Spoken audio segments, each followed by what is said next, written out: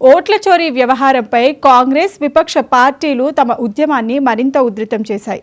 Parliament Makar ద్వారం నుంచి కేంద్ర ఎన్నికల సంఘం కార్యాలయం వరకు ఎంపీలతో భారీ మార్చ్ నిర్వహించాయి. కర్ణాటక, మహారాష్ట్ర రాష్ట్రాల్లో కోట్ల ఓట్లు మాయమయ్యాయని కాంగ్రెస్ నేత రాహుల్ గాంధీ ఆరోపించారు. ఈ నేపథ్యంలో ఎన్నికల సంఘం తీరుపై నిరసన వ్యక్తం చేస్తూ ఈ మార్చ్కు కాంగ్రెస్ పిలుపునిచ్చింది.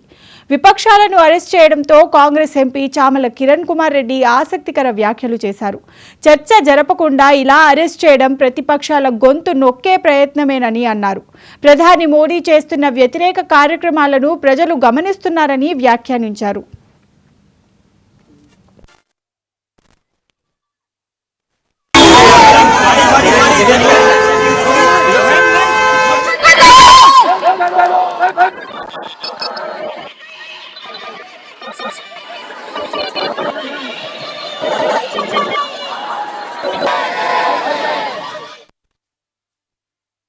కమిషన్ స్పెషల్ ఇంటెన్సివ్ రివిజన్ కి వ్యతిరేకంగా ఇండియా కూటమి పార్లమెంట్ సభ్యులు అందరం కూడా పార్లమెంట్ నుంచి ఒక ర్యాలీగా ఇక్కడికి వచ్చినాం.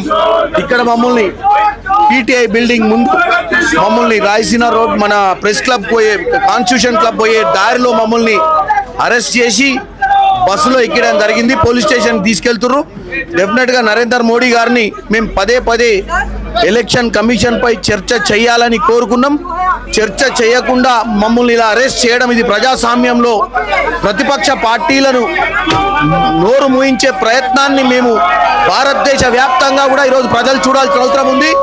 ప్రజలు డెఫినెట్ గా నరేంద్ర మోడీ చేస్తున్నటువంటి వ్యతిరేక కార్యక్రమాలను అన్ని గమనిస్తున్నారని తెలియజేస్తున్నాను.